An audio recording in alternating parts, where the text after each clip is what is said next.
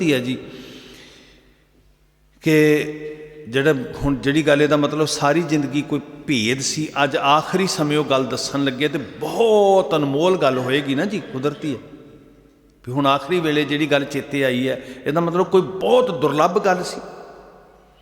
ਤੇ ਉਹ ਸ਼ਿਸ਼ ਕਹਿਣ ਲੱਗੇ, ਉਹ ਸਿਖਿਆਰਥੀ ਕਹਿਣ ਲੱਗੇ, ਚੇਲੇ ਕਹਿਣ ਲੱਗੇ, ਸਾਈਂ ਛੇਤੀ ਕਰ, ਪਤਾ ਨਹੀਂ ਪ੍ਰਾਣ ਨਾ ਨਿਕਲ ਜਾਣ, ਕੋਈ ਕੀਮਤੀ ਗੱਲ ਹੋਏਗੀ। इस दरवेश ने कहा वो भेद की गल ये है कि मैं जिंदगी च कदी किसी तो हारिया नहीं, ते मेरे कदी ना हारन का एक राज सी।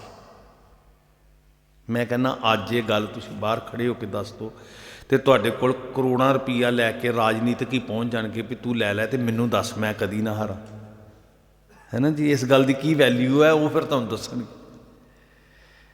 इन्हों ने भी कहा जी छेती दसो, इस तो पहला भी तुहाडे प्राण मुक जाण, तुसीं मिट्टी हो जाओ, ते जिहड़ा राज है तुहाडे अंदर ही दफन रह जाए, छेती करो सानू दसो, असीं भी किसी तो नहीं हारना चाहते। आही कुछ है जी। अज कला राजनीतिक नहीं, धार्मिक बंदा भी कहता भी मेरी सरदारी होवे, मैं दूजे नूं की समझदा, मेरी चौधर, मेरा नाम, मेरी होम है। तो उन्ना मैनूं ऐ लगदा राजनीतिक नहीं लड़ रहे जिन्ना अज धार्मिक लड़ रहे। आही बाबा जी ने वेख्या सी, सच किनारे रह गया खै मरदे। हाँ जी बोलो अगे, खै मरदे पढ़िया नहीं कदी, किसी नूं आउंदा की बोलिया? हाँ जी बड़ी माड़ी गल है जी। सच किनारे रह गया खै मरदे बामण मौलाने। बामण मौलाने किसी बरादरी नूं नहीं टारगेट किया भी, मतलब जिहड़े धार्मिक लोग सी वो बांस वांगू अंदरों खोखले, बांस है ना, खै खै के ते अग ला दिंदा जी जंगल नूं, आप भी सड़दा, दूजियां नूं भी साड़दा। वो जिद कादी सी जी भी सच जिंदगी च है नहीं, हकीकत है नहीं, असलीयत है नहीं सी, सिर्फ दिखावा सी। ते वो दिखावा जिहड़ा सी वो खुशकी अंदर निरी खै खै के अग लाउण वाले, मरन वाले, आत्मक मौते। ये ज़्यादा लड़ाई है जी उत्थे। हर बंदा कहेगा भी मैं नहीं हारना चाहता, मैनू राज दस। ये मुरीदा ने कहा भी छेती दस साईं। तो बड़ा कीमती नुकता है, मैं बच्चों को कहना तुसीं नोट करियो। उस फकीर ने कहा मेरे कदी ना हारन का ये राज है कि मैं कदी किसी नूं जितन का यतन ही नहीं किया। मैं अपने आप नाल ही लड़दा, मैं किसी नाल नहीं लड़दा। मेरे गुरु नानक कहते मन जीता, धन गुरु गोबिंद सिंह जी कहते मुख ते हर चित में युद्ध विचारो। एक वचन मैं पढ़िया जब मैं विद्या लैंदा सी, जात सिंगन की दंगा पंगा और नहीं तो आपन संगा। हुण तुसीं इहदे अर्थ की करोगे? सुनियो फिर मैं बोलदा, जात सिंगन की दंगा पंगा साडे इतिहासक स्रोतां दे विच है। दंगा पंगा जे जंग जूझ, जे खंडे खड़काने, है ना, संघर्षशील, और नहीं तो आपन संगा। हुण असीं सुनिया भी अच्छा भी सिंगां दा ही कर्म हुंदा सी भी जे दूजा नहीं लड़िया तो आपस च लड़न लग पैंदे, सिर पाड़ दो एक दूजे का। फिर पता लग्या भी नहीं नहीं, जुल्म दे नाल जूझना, वैरी नाल जूझना, ते जदों वैरी सामने नहीं है तो फिर अपने निज नाल जूझना, अपने आपे नाल जूझना। हर वेले इन्हें सिर चुकना। अवर पंच हम एक जना, वो पंज ते मैं कला। बड़े ताकतवर ने, वो बहुत बली ने, जिहड़े मेरे को पुट्ठा काम करवाउंदे आ। लोभ दियां छल्लां आउंदियां, वो कहंदे किहड़ा कोई वेखदा, लाता। क्रोध दियां आउंदियां, हंकार दियां आउंदियां, काम दियां आउंदियां।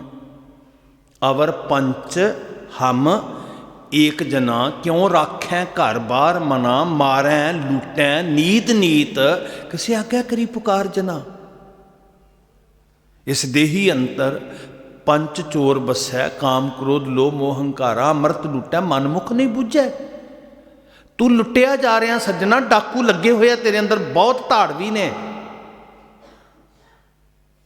तो वाह, जिदन इधर नूं मूँह होया ना, इन्हें ज्ञान का हथ रखिया सिर दे ते थापड़ा दिता ਤੇ ਜ਼ਿੰਦਗੀ ਦੇ ਪਿੜ 'ਚ ਨਿਤਰਿਆ, ਬਾਜੀ ਜਿੱਤ ਗਿਆ ਜੀ। ਗੁਰੂ ਦੇ ਸਨਮੁਖ ਹੋਵੇਗਾ ਨਾ, ਗੁਰਮੁਖ ਵਾਲਾ ਜੀਵਨ ਜੀਓਗੇ। ਵੀ ਗੁਰੂ ਨੇ ਕਿਹਾ, ਤੁਸੀਂ ਸਕੂਲੇ ਜਾਂਦੇ ਹੋ ਨਾ ਬੇਟੇ, ਸਕੂਲ ਦਾ ਟਾਈਮ ਪੀਰੀਅਡ ਉਹ ਬਣਿਆ ਹੋਇਆ ਨਾ, ਟਾਈਮ ਟੇਬਲ ਚਾਰਟ ਬਣਿਆ ਹੁੰਦਾ ਨਾ ਜੀ, ਪੀਰੀਅਡ ਵੰਡ ਹੁੰਦੀ ਹੈ ਨਾ ਜੀ, ਅੱਧੇ ਅੱਧੇ ਘੰਟੇ ਦਾ ਪੀਰੀਅਡ, ਪੌਣੇ ਪੌਣੇ ਘੰਟੇ ਦਾ, ਹਾਂਜੀ ਪੌਣੇ ਘੰਟੇ ਦਾ, ਅੱਧੇ ਘੰਟੇ ਦਾ। ਫਿਰ ਉਹ ਸ਼ਡਿਊਲ ਹੁੰਦਾ ਨਾ ਵੀ ਇੰਗਲਿਸ਼ ਦਾ, ਮੈਥ ਦਾ, ਹੈ ਨਾ, ਸਾਰੇ ਗੇਮ ਦਾ। ਇੱਦਾਂ ਸਤਿਗੁਰੂ ਜੀ ਨੇ ਇੱਥੇ ਸਾਡਾ ਪੀਰੀਅਡ ਚਾਰਟ ਬਣਾਇਆ, ਕੀ ਕਰਨਾ ਅਸੀਂ। ਗੁਰ ਸਤਿਗੁਰ ਕਾਜੋ ਸਿੱਖ ਖਾਏ, ਸੋ ਭਲ ਕੇ ਉੱਠ। ਸਵੇਰੇ ਉੱਠੇ, ਹੈ ਨਾ, ਵਾਹਿਗੁਰੂ ਸਭ ਤੋਂ ਪਹਿਲਾਂ ਮੰਜੇ ਤੋਂ ਉੱਠਿਆ, ਉਦਮ ਕਰਕੇ ਅੰਮ੍ਰਿਤ ਵੇਲੇ ਉੱਠਿਆ, ਵਾਹਿਗੁਰੂ ਸ਼ੁਕਰ, ਸ਼ੁਕਰ ਕਹਿਣਾ। ਉਦਮ ਕਰੈ ਭਲ ਕੇ ਪ੍ਰਭਾਤੀ, ਉਦਮ ਕਰੈ ਚਾਲਾਂਗੇ ਉੱਠ। ਇਹ ਜਿਹੜਾ ਸ਼ਬਦ ਕਹਿੰਦੇ ਨਾ ਉੱਠ, ਇਹ ਐਂ ਦਲਿੱਦਰ ਨੂੰ ਵਗਾ ਕੇ ਪਰੇ ਮਾਰਨ ਵਾਲਾ। ਜੇ ਗੁਰੂ ਨਾਨਕ ਦੀ ਸਮਝਣਾ ਨਾ ਵੀ ਗੁਰੂ ਨਾਨਕ ਸਾਹਿਬ ਆਏ ਤੇ ਉਹ ਅੱਜ ਵੀ ਨੇ ਤੇ ਕਿੱਦਾਂ ਵਰਤ ਰਹੇ ਨੇ, ਤੇ ਆਹ ਗੱਲਾਂ ਤੁਸੀਂ ਪੱਲੇ 'ਚ ਬੰਨਣੀਆਂ ਨੇ। ਔਰ ਮੈਂ ਖਾਸ ਕਰਕੇ ਬੇਨਤੀ ਕਰ ਰਿਹਾ ਆਪਣੇ ਬੱਚਿਆਂ, ਵੱਡੇ ਮੇਰੇ ਤੋਂ ਜ਼ਿਆਦਾ ਸਿਆਣੇ, ਉੱਠ ਮਤਲਬ ਲਾ ਦਲਿੱਦਰ ਦੀ ਪੰਡ ਪਰੇ, ਸੋ ਭਲ ਕੇ ਉੱਠ ਹਰ ਨਾਮ ਤੇ ਆਵੇ। ਉਦਮ ਕਰੈ ਭਲ ਕੇ ਪ੍ਰਭਾਤੀ, ਇਸ਼ਨਾਨ ਕਰੈ ਅੰਮ੍ਰਿਤਸਰ ਨਾਵੇ। ਫਿਰ ਚੜ੍ਹੇ ਦਿਵਸ ਗੁਰਬਾਣੀ ਗਾਵੇ। ਬਹਿੰਦਿਆਂ ਉੱਠਦਿਆਂ ਐਨ ਸਾਰਾ ਟਾਈਮ ਟੇਬਲ ਬਣਾ ਦਿੱਤਾ ਵੀ ਸਵੇਰੇ ਉੱਠਣਾ, ਇਸ਼ਨਾਨ ਕਰਨਾ, ਵਾਹਿਗੁਰੂ ਸਿਮਰਨਾ, ਬਾਣੀ ਪੜ੍ਹਨੀ ਹੈ, ਨਿਤਨੇਮ ਕਰਨਾ। ਫਿਰ ਇਹ ਨਹੀਂ ਵੀ ਸਵੇਰੇ ਫਿਰ ਸਾਰਾ ਦਿਨ ਰੱਬ ਦੇ ਭਾਉ 'ਚ ਰਹਿਣਾ, ਵਾਹਿਗੁਰੂ ਚੇਤੇ ਕਰਨਾ। ਇੱਦਾਂ ਬਣਾ ਦਿੱਤਾ ਸਾਡਾ ਸਿਸਟਮ। ਅਤੇ ਇਹਨੇ ਪੈਰ ਪੈਰ 'ਤੇ ਕਹਿਣਾ, ਇਹਨੇ ਰਸ-ਕਸ ਵੇਖ ਕੇ ਵੀ ਡੁੱਲਣਾ। ਪਤਾ ਨਹੀਂ ਕਿੰਨੇ ਕੁ ਰਸਾਂ ਦਾ ਗੁਲਾਮ ਹੈ। ਰਸ ਸੋਇਨਾ, ਰਸ ਰੂਪਾ ਕਾਮਨ, ਰਸ ਪਰਮਲ ਕੀ ਵਾਸ, ਰਸ ਘੋੜੇ, ਰਸ ਸੇਜਾ ਮੰਦਰ, ਰਸ ਮਿੱਠਾ, ਰਸ ਮਾਸ, ਇੰਨਾ ਕੁਛ। ਅਤੇ ਜਿਹੜੇ ਸਰੀਰ ਨੂੰ ਇੰਨੇ ਰਸ ਚੰਬੜੇ ਹੋਣ, ਇਹ ਤੇ ਰਸ ਸਰੀਰ ਮੈਂ ਕਹਿ ਘੱਟ ਬ੍ਰਹਮ ਨਿਵਾਸ, ਰੱਬ ਕਿੱਥੇ ਵਸ ਜੂ ਵੀ ਭਲਾ। ਤੋ ਪਹਿਲਾ ਸੰਘਰਸ਼ ਹੈ ਤੁਹਾਡਾ, ਇਹ ਮਨ ਈਟੀ ਹਾਥ ਕਰੋ, ਫੁਨ ਨੇਤਰੋ। ਨੇਤਰਾਂ ਦਾ ਮਤਲਬ ਇੱਥੇ ਅੱਖਾਂ ਨਹੀਂ, ਨੇਤਰਾ ਜਿਹੜਾ ਮਧਾਣੀ ਪਾਇਆ ਹੁੰਦੀ ਸੀ ਰੱਸੀ। ਨੇਤਰਾ ਕਾਹਦਾ ਬਣਾਉਣਾ, ਨੀਂਦ ਨਾ ਆਵੇ, ਮਤਲਬ ਦਲਿੱਦਰ ਨੂੰ ਤਿਆਗਣਾ। ਦਲਿੱਦਰ ਬੜਾ ਵੱਡਾ ਦੁਸ਼ਮਣ ਹੈ। ਜਿਸ ਘਰ ਵਿੱਚ ਦਲਿੱਦਰ ਹੈ ਨਾ, ਉੱਥੇ ਬਰਕਤਾਂ ਨਹੀਂ ਪੈਂਦੀਆਂ। ਉਦਮੀ ਬਣਨਾ, ਜਾਗਣਾ। ਭਾਵੇਂ ਤੁਸੀਂ ਦੁਕਾਨਦਾਰ ਹੋ, ਭਾਵੇਂ ਤੁਸੀਂ ਨੌਕਰੀ ਕਰਦੇ ਹੋ, ਭਾਵੇਂ ਤੁਸੀਂ ਕਿਸਾਨ ਹੋ, ਭਾਵੇਂ ਤੁਸੀਂ ਵਿਦਿਆਰਥੀ ਹੋ, ਦੁਨਿਆਵੀ ਤੌਰ 'ਤੇ ਵੀ, ਚਲੋ ਸਿੱਖੀ ਜਾਂ ਧਰਮ ਪਾਸੇ ਰੱਖ ਦਿਓ, ਜਿਹੜਾ ਨਾਸਤਕ ਵੀ ਹੈ, ਜੇ ਸਵਖਤੇ ਨਹੀਂ ਉੱਠਦਾ ਤੇ ਪੱਛੜ ਜਾਂਦਾ, ਉਹ ਹਰ ਖੇਤਰ 'ਚ ਪੱਛੜ ਜਾਂਦਾ ਬੰਦਾ। ਸੋ ਇਹ ਜ਼ਰੂਰੀ ਹੈ, ਜ਼ਿੰਦਗੀ ਦਾ ਬਹੁਤ ਜ਼ਰੂਰੀ ਅੰਗ ਹੈ ਵੀ ਤੁਸੀਂ ਉਦਮੀ ਹੋਣਾ, ਦਲਿੱਦਰ ਤਿਆਗ। ਨੇਤਰ ਨੀਂਦ ਨਾ ਆਵੇ, ਰਸਨਾ ਨਾਮ ਜਪੋ ਤਬ ਮਥੀਐ, ਇਹਨ ਬਿਧ ਅੰਮ੍ਰਿਤ ਪਾਓ, ਫਿਰ ਤਤ ਪ੍ਰਾਪਤ ਹੋਣਾ। ਸੋ ਸਭ ਤੋਂ ਪਹਿਲਾਂ ਕਰਮ ਜੀ ਭਾਂਡਾ ਧੋਏ। ਅਤੇ ਭਾਂਡਾ ਕਿਵੇਂ ਧੋਣਾ, ਵਡ ਭਾਗੀ ਹਰ ਸੰਗਤ ਪਾਵੈ, ਭਾਗਹੀਣ ਭਰਮ ਚੋਟਾਂ ਖਾਵੈ, ਬਿਨ ਭਾਗਾਂ ਸਤ ਸੰਗ ਨਾ ਲੱਭੈ, ਬਿਨ ਸੰਗਤ ਮੈਲ ਭਰੀਜੈ। ਜੀ ਹੁਣ ਸੰਗਤ ਮਿਲਣੀ ਹੈ ਜੇ ਕਿਸਮਤ ਮੁਕੱਦਰ, ਇਹ ਛੋਟੀ ਜੀ ਗੱਲ ਨਹੀਂ ਜਿਹੜੇ ਤੁਸੀਂ ਇੱਥੇ ਬੈਠੇ ਹੋ, ਇਹ ਛੋਟੀ ਗੱਲ ਨਹੀਂ ਹੈ ਸਾਧ ਸੰਗਤ। ਅਤੇ ਜੇ ਇਹ ਨਹੀਂ ਮਿਲਦੀ ਤਾਂ ਭਾਂਡਾ ਸਾਫ਼ ਨਹੀਂ ਹੋਣਾ, ਕਦੀ ਵੀ ਨਹੀਂ ਹੋਣਾ। ਜਿਹੜੇ ਮਰਜ਼ੀ ਨਦੀ 'ਤੇ ਲੈ ਜਾਓ, ਨਾਲੇ 'ਤੇ ਲੈ ਜਾਓ, ਜਿੱਥੇ ਮਰਜ਼ੀ ਤਲਾਬ 'ਤੇ ਲੈ ਜਾਓ, ਪਹਾੜਾਂ 'ਚ ਲੈ ਜਾਓ, ਇਹਨੇ ਨਹੀਂ ਸਾਫ਼ ਹੋਣਾ। ਇਹਨੂੰ ਸਾਫ਼ ਕਰਨ ਦਾ, ਇਹਦੀ ਮੈਲ ਲਾਉਣ ਦਾ ਇੱਕੋ ਹੀ ਸਾਧਨ ਹੈ। ਬਾਣੀ ਪੜ੍ਹਦੇ ਹੋ, ਸਾਧ ਸੰਗ ਮਲ ਲਾਥੀ, ਲਿਖਿਆ ਜੀ ਬਾਣੀ 'ਚ। ਮੈਲ ਕਿੱਥੇ ਲੱਥਦੀ ਹੈ, ਸਾਧ ਸੰਗ ਮਲ, ਬੋਲੋ ਨਾ ਹੁਣ, ਸਾਧ ਸੰਗ ਮਲ ਲਾਥੀ। ਅਤੇ ਜੋ ਉੱਤਰ ਗਈ, ਸਾਫ਼ ਹੋ ਗਿਆ, ਮੰਨ ਲਓ ਇਹ ਕਮਰਾ ਹੈ, ਡਰਾਇੰਗ ਰੂਮ ਹੈ ਤੁਹਾਡਾ, ਸਾਫ਼ ਹੋ ਗਿਆ, ਅਤੇ ਆ ਕੇ ਬਹਿ ਗਿਆ ਜੀ ਮਾਲਕ, ਪਾਰ ਬ੍ਰਹਮ ਭਇਓ ਸਾਥੀ। ਉਹ ਡਾਕੂ ਬੜੇ ਤਗੜੇ ਸੀ, ਉਹਨਾਂ ਨਾਲ ਜੂਝੋ ਤੇ ਸਹੀ। ਜਦੋਂ ਨਿਹੱਤੇ 5 ਜਵਾਨ ਮੈਂ, ਜਿਹੜੇ ਅਵਰ ਪੰਚ ਹਮ ਇੱਕ ਜਨਾ ਸੀ, ਗੁਰ ਥਾਪੀ ਦਿੱਤੀ ਕੰਡ ਜੀਓ। ਗੁਰੂ ਨੇ ਮੈਨੂੰ ਥਾਪੜਾ ਦਿੱਤਾ, ਮੈਂ ਜਿੱਤ ਗਿਆ ਜੀ ਉਹਨਾਂ ਨੂੰ। ਹੁਣ ਨਹੀਂ ਮੇਰੇ 'ਤੇ ਜ਼ੋਰ ਪਾਉਂਦੇ ਹੋ, ਹੁਣ ਨਹੀਂ ਮੇਰਾ ਕੁਝ ਵੀ ਵਿਗਾੜ ਸਕਦੇ। ਸੋ ਅਸੀਂ ਨਾ ਇੱਕ ਆਪਣੇ ਬੱਚਿਆਂ ਵਿੱਚ ਅਤੇ ਆਪਣੇ ਵਿੱਚ ਇੱਕ ਕੰਧ ਖੜੀ ਕਰ ਲਈ ਹੋਈ ਹੈ। ਉਹ ਕੰਧ ਨੂੰ ਹਟਾ ਕੇ ਇਹਨਾਂ ਨੂੰ ਜ਼ਿੰਦਗੀ ਜਿਉਣੀ ਸਿਖਾਓ। ਬਹੁਤ ਸਾਰੇ ਤੁਸੀਂ ਵੇਖੋ ਜੀ, ਬੱਚੇ 25-25 30-30 ਸਾਲ ਦੇ ਹੋ ਜਾਂਦੇ ਆ, ਤੁਸੀਂ ਵਿਆਹ ਦਿੰਦੇ ਹੋ, ਉਹਨਾਂ ਨੂੰ ਵਿਚਾਰਿਆਂ ਨੂੰ ਆਪਣੀ ਜ਼ਿੰਦਗੀ ਦੇ ਮਸਲਿਆਂ ਦਾ ਹੀ ਨਹੀਂ ਪਤਾ ਹੁੰਦਾ ਵੀ ਇਹ ਜ਼ਿੰਦਗੀ ਕੀ ਹੈ, ਸਵਾਏ ਢੋਲ ਢਮੱਕੇ ਦੇ ਸਿਖਾਇਆ ਹੀ ਕੁਝ ਨਹੀਂ, ਜਾਂ 8-10-20-50 ਸੂਟ ਲੈ ਦਿੱਤੇ, ਬਸ ਇੰਨਾ ਕੁ ਪਤਾ ਵੀ ਵਿਆਹ ਹੋਣਾ ਤੇ ਸੂਟ ਲੈ ਕੇ ਦੇਣੇ। ਉਹਨਾਂ ਨੇ ਜ਼ਿੰਦਗੀ ਦਾ ਸੰਘਰਸ਼ ਕਿਵੇਂ ਸ਼ੁਰੂ ਹੋਣਾ, ਕਿਵੇਂ ਜ਼ਿੰਮੇਵਾਰੀਆਂ ਸਿਰ 'ਤੇ ਪੈਣੀਆਂ, ਕੀ ਹੁੰਦਾ ਜੀ, ਇਹ ਹੱਥਾਂ 'ਤੇ ਪਾਲੇ ਹੁੰਦੇ ਆ ਜਵਾਕਾਂ ਵਾਂਗੂ, ਮੁੜ ਕੇ ਜਦੋਂ ਜ਼ਿੰਮੇਵਾਰੀਆਂ ਪੈਂਦੀਆਂ ਤੇ ਉਹ ਬੱਚਿਆਂ ਵਾਂਗੂ ਲੜੀ ਜਾਂਦੇ। ਫਿਰ ਅਸੀਂ ਵੀ ਦੋਸ਼ੀ ਹਾਂ ਸਾਧ ਸੰਗਤ। ਸੋ ਮਹਾਰਾਜ ਕਹਿੰਦੇ ਵੀ ਇਨ ਜੂਨ ਦੀ ਜਾਚ ਇਹ ਸਭ ਤੋਂ ਪਹਿਲਾਂ ਮਨ ਜੀਤੈ ਜਗ ਜੀਤ। ਦੂਸਰਿਆਂ ਨੂੰ ਜਿੱਤਣ ਤੋਂ ਪਹਿਲਾਂ ਨਿੱਜ ਨੂੰ ਜਿੱਤ। ਤੋ ਇਹਨੂੰ ਸ਼ੁੱਧ ਕਰਨਾ, ਸਾਫ਼ ਕਰਨਾ, ਤੇ ਉਹਦੇ ਲਈ ਸੰਗਤ ਚਾਹੀਦੀ ਹੈ। ਹੁਣ ਗੁਰੂ ਨਾਨਕ ਸਾਹਿਬ ਸੱਚੇ ਪਾਤਸ਼ਾਹ ਜੀ ਦੀ ਜਾਗ ਰੰਗ ਕਿੱਥੋਂ ਲੱਗਦਾ? ਸੰਗਤ 'ਚੋਂ ਲੱਗਦਾ। ਜੇ ਇਹ ਕਹੀਏ ਕਿ ਗੁਰੂ ਨਾਨਕ ਦਾ ਧਰਮ ਜਿਹੜਾ ਉਹ ਸੰਗਤੀ ਧਰਮ ਹੈ, ਜਿਹੜਾ ਸਿੱਖੀ ਹੈ ਉਹ ਸੰਗਤੀ ਧਰਮ ਹੈ, ਤੇ ਜਾਂ ਇਹਦੇ ਤੋਂ ਵੀ ਅੱਗੇ ਮੈਂ ਕਹਿ ਲਵਾਂ ਵੀ ਜਿਹਨੂੰ ਸੰਗਤ ਨਹੀਂ ਮਿਲੀ ਉਹਨੂੰ ਸਿੱਖੀ ਨਹੀਂ ਮਿਲੀ, ਸਮਝ ਲਓ। ਕਈ ਬੰਦੇ ਕਹਿੰਦੇ ਨੇ ਨਾ ਵੀ ਗੁਰਦੁਆਰੇ ਜਾਣ ਦੀ ਬਹੁਤ ਗੱਲ ਨਹੀਂ ਜੀ, ਦਿਲ ਸਾਫ਼ ਚਾਹੀਦਾ। ਸੁਣਿਆ ਕਦੀ? ਤੁਹਾਨੂੰ ਮਿਲਣਗੇ ਬਹੁਤ ਵੀ ਉਹ ਐਵੇਂ ਜੀ ਉੱਥੇ ਜਾ ਕੇ ਬੈਠੇ ਰਹੋ, ਬੰਦੇ ਦਾ ਮਨ ਸਾਫ਼ ਚਾਹੀਦਾ। ਗੁਰੂ ਸਾਹਿਬ ਕਹਿੰਦੇ ਮਨ ਸਾਫ਼ ਤਾਂ ਹੁੰਦਾ ਜੇ ਸੰਗਤ 'ਚ ਜਾਈਏ। ਤੇ ਹੁਣ ਆਹੀ ਕਹਿ ਰਹੇ ਨੇ ਬਚਨ 'ਚ, ਜੇ ਸੰਗਤ ਨਹੀਂ ਮਿਲੀ ਤੇ ਉਹ ਕਹਿੰਦੇ ਬਿਨ ਸੰਗਤ ਮੈਲ ਭਰੀਜੈ ਜੀਓ। ਤੇ ਉਹ ਬੰਦਾ ਜਿਹੜਾ ਸਿਰ ਡਾਉਣ ਵਾਲਾ ਉਹ ਕਹਿੰਦਾ ਜੀ ਗੁਰਦੁਆਰੇ ਕੀ ਜਾਣ ਦੀ ਲੋੜ ਆ, ਮਨ ਸਾਫ਼ ਚਾਹੀਦਾ। ਸਤਿਗੁਰੂ ਕਹਿੰਦੇ ਮਨ ਤਾਂ ਸਾਫ਼ ਹੁੰਦਾ ਜੇ ਸੰਗਤ 'ਚ ਜਾਈਏ। ਇੱਥੇ ਜਦੋਂ ਤੁਸੀਂ ਸੁਣਦੇ ਹੋ ਨਾ ਜੀ, ਜਦੋਂ ਵੀ ਬੈਠ ਕੇ ਇੱਕ ਸਿੱਖ ਦੋਏ ਸਾਧ ਸੰਗ, ਜਦੋਂ ਗੁਰੂ ਦੀਆਂ ਬਾਤਾਂ ਸ਼ੁਰੂ ਹੁੰਦੀਆਂ ਤੇ ਉਦੋਂ ਸੰਗਤ ਬਣ ਜਾਂਦੀ ਹੈ। ਸੰਗਤ ਨਾਲ ਅਸਰ ਹੁੰਦਾ ਹੈ ਜਦੋਂ ਸੁਣਦਾ ਗੁਰੂ ਬਾਰੇ। ਸਤ ਸੰਗਤ ਕੈਸੀ ਜਾਣੀ ਹੈ ਜਿੱਥੇ ਇੱਕੋ ਨਾਮ ਵਿਖਾ। ਭੀੜ ਨੂੰ ਸਤ ਸੰਗਤ ਨਹੀਂ ਕਹਿੰਦੇ ਜੀ। ਭੀੜ ਤੇ ਰਾਜਨੀਤਿਕ ਪਾਰਟੀਆਂ ਬਥੇਰੀਆਂ ਕਰ ਲੈਂਦੀਆਂ ਹੈ ਨਾ। ਕਈ ਵਾਰੀ ਐਸਾ ਹੁੰਦਾ, ਮੈਂ ਹੈਰਾਨ ਹੋਵਾਂਗਾ, ਤੁਸੀਂ ਜ਼ਰੂਰ ਇਸ ਗੱਲ ਨੂੰ ਸੋਚਿਓ, ਥੋੜ੍ਹਾ ਵਿਚਾਰਿਓ। ਕਈ ਵਾਰੀ ਐਸਾ ਹੁੰਦਾ ਵੀ ਸ਼੍ਰੀ ਗੁਰੂ ਗ੍ਰੰਥ ਸਾਹਿਬ ਜੀ ਪ੍ਰਕਾਸ਼ ਕਰਕੇ ਅਸੀਂ ਇਕੱਠ ਕੀਤਾ ਹੁੰਦਾ ਤੇ ਉਹਨੂੰ ਵੀ ਅਸੀਂ ਸਤ ਸੰਗਤ ਦਾ ਰੂਪ ਨਹੀਂ ਬਣ ਦਿੰਦੇ ਜੀ। ਉੱਥੇ ਵੀ ਬੰਦਿਆਂ ਦੀ ਗੱਲ ਹੁੰਦੀ। ਸਤ ਸੰਗਤ ਕਦੋਂ ਬਣਨੀ ਹੈ? ਜਦੋਂ ਰੱਬ ਦੀ ਗੱਲ ਹੋਣੀ ਹੈ, ਗੁਰੂ ਦੀ ਗੱਲ ਹੋਣੀ ਹੈ। ਪ੍ਰਕਾਸ਼ ਸ਼੍ਰੀ ਗੁਰੂ ਗ੍ਰੰਥ ਸਾਹਿਬ ਜੀ ਦਾ ਕਰਦੇ ਹਾਂ ਤੇ ਬਾਤਾਂ ਅਸੀਂ ਧੜਿਆਂ ਦੀਆਂ ਕਰਦੇ ਹਾਂ, ਪਾਰਟੀਆਂ ਦੀਆਂ ਕਰਦੇ ਹਾਂ, ਜਿੰਦਾਬਾਦ ਮੁਰਦਾਬਾਦ ਬੰਦਿਆਂ ਦੀ ਕਰਦੇ ਹਾਂ। ਉਹਨੂੰ ਸਤ ਸੰਗਤ ਨਹੀਂ ਕਹਿ ਸਕਦੇ। ਹੁਣ ਦੂਜੀ ਉਦਾਹਰਨ ਦੇਖੋ, ਵਾਹਿਗੁਰੂ ਕਰੇ ਚੰਗੀ ਬੁੱਧ ਮੱਤ, ਚੰਗਾ ਰਾਹ ਤੇ ਚੜ੍ਹਦੀ ਕਲਾ ਬਖਸ਼ੇ। ਕੱਲ੍ਹ ਨੂੰ ਨਾ ਕੋਈ ਫਰਕ ਪੈ ਜਾਏ, ਅੱਗੇ ਗੁਰੂ ਦੇ ਅਰਦਾਸ ਕਰੀਏ।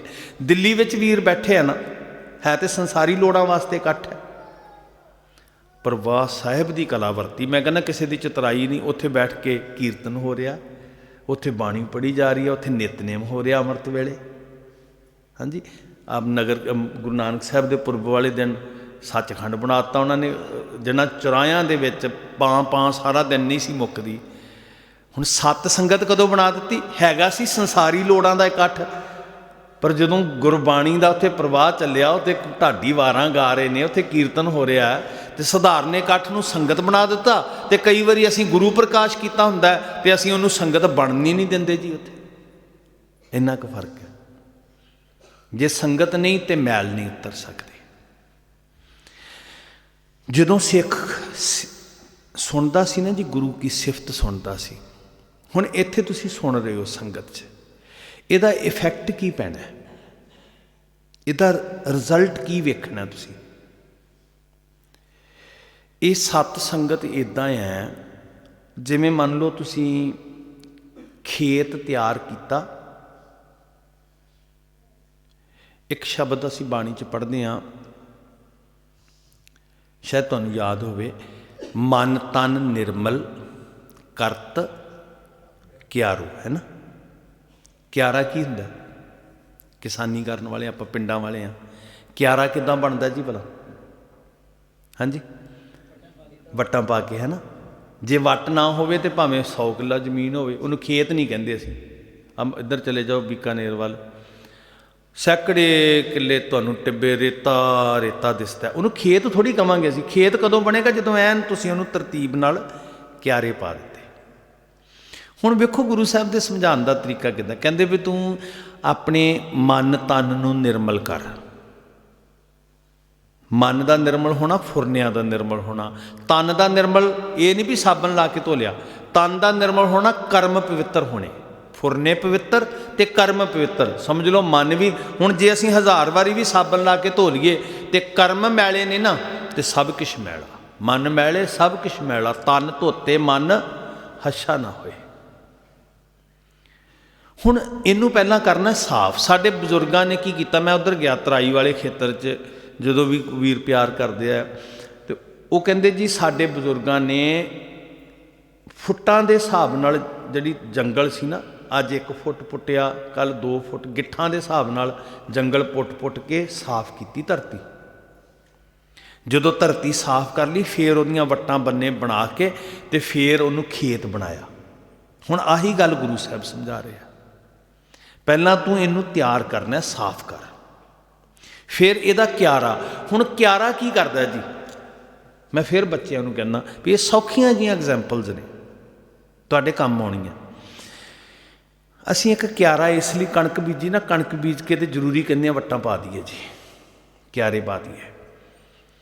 ਬਾਹਰੋਂ ਪਾਣੀ ਜਿਹੜਾ ਅਸੀਂ ਨਹੀਂ ਚਾਹੁੰਦੇ ਅੰਦਰ ਵੜਨਾ, ਵੱਟ ਮਜ਼ਬੂਤ ਹੋਏ, ਬਾਹਰੋਂ ਪਾਣੀ ਆਏਗਾ ਨਹੀਂ, ਅੰਦਰ ਵਾਲਾ ਵੇਸਟ ਨਹੀਂ ਹੋਏਗਾ, ਵਿਅਰਥ ਨਹੀਂ ਜਾਏਗਾ। ਇੱਦਾਂ ਹੀ ਅਸੀਂ ਇਹ ਹੈ ਕੰਟਰੋਲ, ਜ਼ਿੰਦਗੀ ਦੀ ਬਾਰਡਰ ਲਾਈਨ, ਹਾਸ਼ੀਆ। ਜਿਸ ਜ਼ਿੰਦਗੀ ਦੀ ਬਾਰਡਰ ਲਾਈਨ ਹੀ ਕੋਈ ਨਹੀਂ, ਉਹ ਤੇ ਆਪ ਹੁਦਰੀ ਜ਼ਿੰਦਗੀ ਹੈ। ਆਖਰ ਕੋਈ ਤੇ ਸੰਜਮ ਚਾਹੀਦਾ ਨਾ ਜ਼ਿੰਦਗੀ ਦਾ, ਕੋਈ ਤੇ ਜਾਬਤਾ, ਕੋਈ ਤੇ ਕੰਟਰੋਲ ਚਾਹੀਦਾ ਵੀ ਨਹੀਂ ਭਾਈ, ਕੋਈ ਹੱਦ ਬੰਨਣਾ ਤੇ ਚਾਹੀਦਾ ਨਾ ਵੀ ਨਹੀਂ ਭਾਈ ਮੈਂ ਹੱਦ ਨਹੀਂ ਉਲੰਘਣੀ। ਇਹ ਵੱਟ ਹੈ ਖੇਤ ਇਸ ਜ਼ਿੰਦਗੀ ਦੀ। ਤੇ ਜਿਹੜਾ ਬੰਦਾ ਕਹਿੰਦਾ ਹੱਦ ਹੀ ਕੋਈ ਨਹੀਂ, ਜਿੱਧਰ ਨੂੰ ਗਿਆ, ਖਾਣ ਪੀਣ ਫਿਰਨ ਤੁਰਨ, ਕੋਈ ਹੱਦ ਹੀ ਨਹੀਂ ਰਹੀ, ਸੀਮਾ ਹੀ ਨਹੀਂ ਰਹੀ, ਉਹ ਜ਼ਿੰਦਗੀ ਤੇ ਪਸ਼ੂ ਤੋਂ ਬੱਤਰ ਹੈ। ਸੋ ਜੇ ਅਸੀਂ ਚਾਹੁੰਦੇ ਹਾਂ ਜ਼ਿੰਦਗੀ ਦੇ ਰੂਪ ਮੈਦਾਨ ਨੂੰ ਸਾਫ਼ ਕਰਕੇ ਖੇਤ ਬਣਾਉਣਾ, ਫਸਲ ਬੀਜਣੀ ਹੈ, ਤੇ ਫਿਰ ਇਹਦੀ ਕੋਈ ਸੀਮਾ, ਕੋਈ ਹਰ ਕਰਮ ਦੀ ਕੋਈ ਹੱਦ ਹੁੰਦੀ ਹੈ।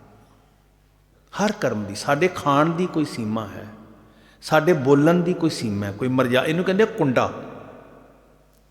ਮਨ ਬਲਵਾਨ ਹੈ ਜੀ, ਹਾਥੀ ਵਰਗਾ, ਕੰਟਰੋਲ 'ਚ ਨਹੀਂ ਆਉਂਦਾ, ਸੀਮਾ ਉਲੰਘ ਜਾਂਦਾ, ਹਰ ਸੀਮਾ ਪਾਰ ਕਰ ਜਾਂਦਾ ਜੀ। ਰਿਸ਼ਤਿਆਂ ਦੀ ਸੀਮਾ, ਬੋਲਣ ਦੀ, ਪਤਾ ਹੀ ਨਹੀਂ ਕਿ ਮਾਂ ਪਿਓ ਸਾਹਮਣੇ ਕੀ ਬੋਲਣਾ, ਕੋਈ ਸੀਮਾ ਹੀ ਨਹੀਂ ਰਹੀ। ਕੀ ਸਾਡੇ ਲਈ ਚੰਗਾ ਹੈ, ਕੀ ਸਾਡੇ ਲਈ ਮਾੜਾ ਹੈ, ਕੋਈ ਸੀਮਾ ਹੀ ਨਹੀਂ ਰਹੀ ਜੀ। ਅੱਜ ਸਮਾਜ ਦੀ ਐਸੀ ਦਸ਼ਾ ਬਣ ਗਈ, ਅਸੀਂ ਕਹਿੰਦੇ ਹੱਦਾਂ ਹੀ ਪਾਰ ਕਰ ਗਏ। ਕਾਰਨ ਕੀ ਹੈ ਵੀ ਇਹ ਤਗੜਾ ਬੜਾ, ਇਹ ਹਾਥੀ ਹੈ, ਇਹ ਰੱਸਿਆਂ ਨਾਲ ਨਹੀਂ ਵੱਜ ਰਿਹਾ। ਤੇ ਗੁਰੂ ਸਾਹਿਬ ਜੀ ਨੇ ਕਿਹਾ ਵੀ ਜੇ ਹਾਥੀ ਦੇ ਸਿਰ 'ਤੇ ਮੁਹਾਵਤ ਦਾ ਕੁੰਡਾ ਹੋਵੇ ਤੇ ਜਿਹੜਾ ਕੰਮ 100 ਬੰਦਾ ਨਹੀਂ ਕਰ ਸਕਦਾ, ਉਹ ਇੱਕ ਕੁੰਡਾ ਕਰ ਦਿੰਦਾ। ਜਿਹੜਾ ਕੰਮ ਜ਼ੋਰ ਨਾਲ ਨਹੀਂ ਹੁੰਦਾ, ਹੁਣ ਉਹ ਆਪਾਂ ਪਿੰਡਾਂ 'ਚ ਆਉਂਦੇ ਹੁੰਦੇ ਸੀ ਪਹਿਲਾਂ ਹਾਥੀ ਲੈ ਕੇ, ਉਹ ਮੰਗਣ ਵਾਲੇ, ਹਾਂਜੀ, ਤੇ ਉਹ ਕੁੰਡਾ ਮਾਰ ਕੇ ਕਹਿੰਦੇ ਸੀ ਬਹਿ ਜਾ, ਤੇ ਉਹ ਬੈਠ ਜਾਂਦਾ ਸੀ, ਤੁਰ ਪੈ ਤੇ ਤੁਰ ਪੈਂਦਾ ਸੀ। ਹੁਣ ਏਡੇ ਹਾਥੀ ਨੂੰ ਜੇ ਕਹੀਏ ਰੱਸੀ ਪਾ ਕੇ ਖਿੱਚਣਾ ਤੇ ਉਹ ਤਾਂ ਨਹੀਂ ਨਾ ਖਿੱਚਿਆ ਜਾਣਾ। ਸਾਹਿਬ ਕਹਿੰਦੇ ਵੀ ਇਹ ਮਨ ਹੈ ਹਾਥੀ ਤੇ ਗੁਰੂ ਦਾ ਗਿਆਨ ਹੈ ਕੁੰਡਾ, ਤੇ ਸਤਿਗੁਰੂ ਹੈ ਮੁਹਾਵਤ ਜਿਹੜਾ ਉੱਪਰ ਚਲਾ ਰਿਹਾ ਉਹਨੂੰ। ਮਨ ਕੁੰਚਰ ਪੀਲਕ ਗੁਰੂ ਗਿਆਨ ਕੁੰਡਾ, ਜੈ ਖਿੰਚੈ ਤਹਿ ਜਾਓ, ਨਾਨਕ ਹਸਤੀ ਕੁੰਡੇ ਬਾਹਰਾ। ਸਮਝ ਆਈ ਗੱਲ ਜੀ? ਮੈਨੂੰ ਲੱਗਦਾ ਨਹੀਂ ਵੀ ਬਾਣੀ ਦੇ ਅਰਥ ਕਰਨ ਦੀ ਲੋੜ, ਬਸ ਧਿਆਨ ਦੇਣ ਦੀ ਲੋੜ ਹੈ। ਜਦੋਂ ਬਾਣੀ ਵੱਲ ਧਿਆਨ ਜਾਣ ਲੱਗ ਪਿਆ ਨਾ ਤੇ ਐਂ ਸਮਝ ਆਉਂਦੀ ਜਾਣੀ ਹੈ ਆਪਣੇ ਆਪ ਹੀ।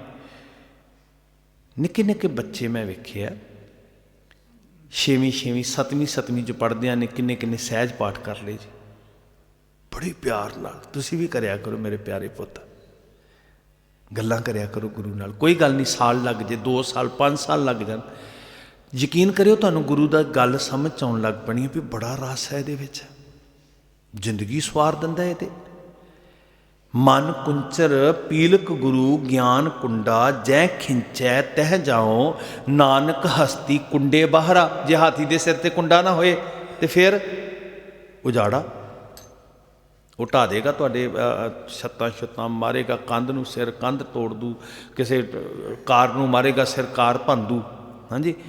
ਤੇ ਜੇ ਉਹੀ ਹਾਥੀ ਕੰਟਰੋਲ 'ਚ ਹੈ ਤੇ ਉਹਨੂੰ ਉਹਦੇ ਕੋਲ ਕੰਮ ਲੈਂਦੇ ਲੋਕੀ। ਨਾਨਕ ਹਸਤੀ ਕੁੰਡੇ ਬਾਹਰਾ, ਫਿਰ ਉੱਜੜ ਪਾਓ। ਉਦੋਂ ਮੁੜ ਮੁੜ ਕੇ ਉਜਾੜੇ ਵਾਲੇ ਪਾਸੇ ਜਾਏ।